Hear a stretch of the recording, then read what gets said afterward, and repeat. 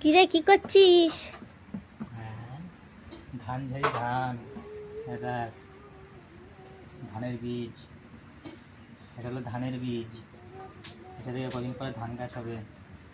হ্যাঁ, তারপরে এটা থেকে আবার বেসনও হবে। ধান দিয়ে বেসন? হ্যাঁ, ধান দিয়ে এটা বেসন হয়? এটা অত্যাধুনিক পদ্ধতি। এটা চায়না থেকে বীজ, এটা চায়না বীজ। এটা থেকে অনেক কিছু সম্ভব। এটা এখনও আছে নরম, ওই কাণ্ডের জন্য এটাকে আমি শুকোতে দিয়েছি।